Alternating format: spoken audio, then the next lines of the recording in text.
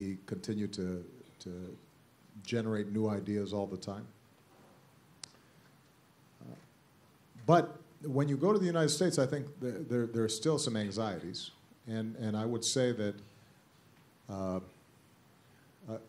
number one, in the United States, there is a growing inequality that I think is a real problem, not just for the United States, but around the world.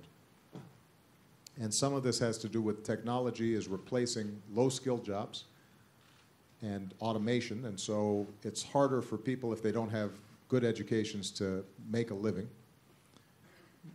There's more global competition. That's putting pressure on middle-class families. And when people feel economic stress and inequality, then I think then politics becomes harder because people are afraid for their futures, and sometimes politics can become much more divided than it used to be. Also, what happens is when there's more inequality, the people who are powerful can influence the political system to further reinforce their privilege, and it makes it harder for ordinary people to feel that they have influence on the political process. And so people become cynical. Now, these are all problems that can be solved, and I'm confident we will eventually solve them, but right now our political system does not work as well as it should.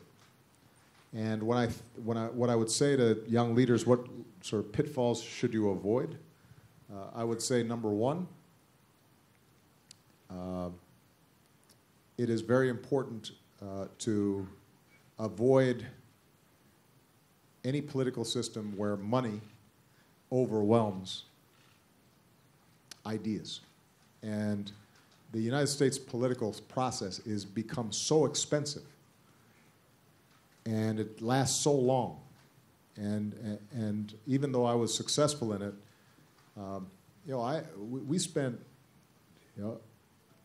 hundreds of millions of dollars in television advertising and in all the things that go into a U.S. presidential campaign. But it's also true for members of Congress.